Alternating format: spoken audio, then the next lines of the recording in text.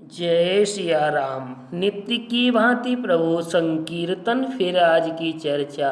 श्री राम जय जय राम। श्री राम जय जय राम। श्री राम जय जय राम। सौंपी नगर सुचि सेवकन, सादर सकल चलाई। सुमिरि राम सिय चरण तब, चल भरत दो भाई। विश्वास पात्र सेवकों नगर सौंप कर और सबको आदर पूर्वक रखवाना करके, तब श्री सीता जी रामचंद्र जी के चरणों को स्मरण करके भरत शत्रुघ्न दोनों भाई चले। राम दरस बस सब नर नारी, जनु करि करनि चले तकी वारी।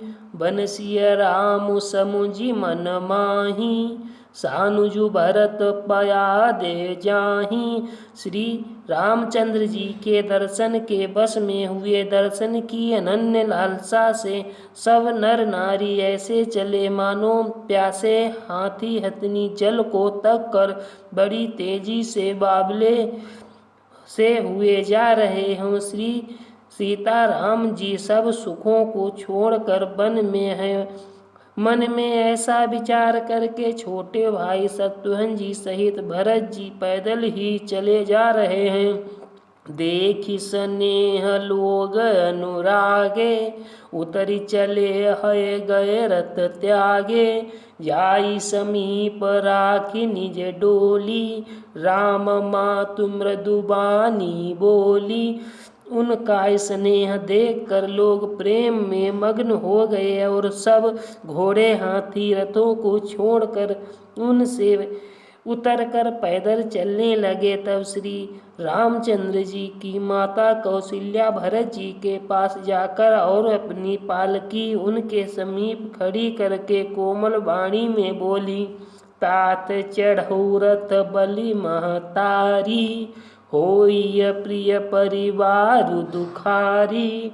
तुमरे चलत चलहि सब लोगु, सकल शोक कृष्ण मग जोगु। हे बेटा, माता बलैया लेती है, तुम रथ पर चढ़ जाओ, नहीं तो सारा प्यारा परिवार दुखी हो जाएगा। तुम्हारे पैदल चलने से सभी लोग पैदल चलेंगे। शोक के मारे सब दुबले हो रहे हैं, पैदल रास्ते से पैदल चलने के योग्य नहीं हैं। सिर धरि बचन चरण सिरुनाई, रथ चढ़ी चलत भये दो भाई। तमसा प्रथम दिवस करी बासु, दूसर गोमति तीर निवासु।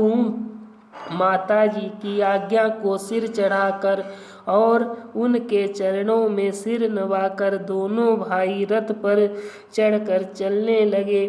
पहले दिन तमसा पर वास हुआ, दूसरे दिन गोमती के तट पर गरुण सुमेरु रेणु समताही।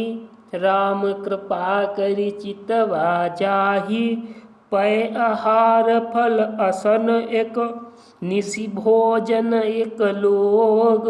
करत राम हित नेम व्रत, परिहरि भूषण भोग।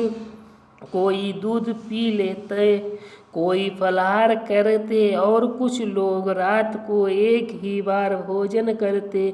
भूषण और भोग विलास को छोड़कर सब लोग श्री रामचंद्र जी के लिए नियम और व्रत करते हैं। सई तीर बसी चले बिहाने, संग बेरपुर सब नियराने। समाचार सब सुने निषादा, हृदय विचार करई सब विषादा। रात भर सई नदी के तीर निवास करके सवेरे वहाँ से चल दिए और सब संग वेरपुर के समीप जा पहुँचे। निषाद राज ने सब समाचार सुने तो वह दुखी होकर हृदय में विचार करने लगा कारण कवन भरतु बन जाहि, है कछु कपट भाऊ मन माही। जो पे जिय न होती कुटिलाई, तो कतलीनी संग कटकाई। क्या कारण है जो भरत वन को जा रहे हैं? मन में कुछ कपट भाव अवश्य है। यदि मन में कुटिलता न होती तो साथ में सेना क्यों ले जाते? जानहि सानुज राम ही मारी, करहूँ अकंटक राजु सुखारी। भरतन राजनीति और आनी, तब कलंकु अब जीवन हानि। समझते हैं कि छोटे भाई लक्ष्मण सहित श्री राम को मारकर सुख से निष्कंटक राज्य करूँगा। भरत ने हृदय में राजनीति को स्थान नहीं दिया, राजनीति का विचार नहीं किया।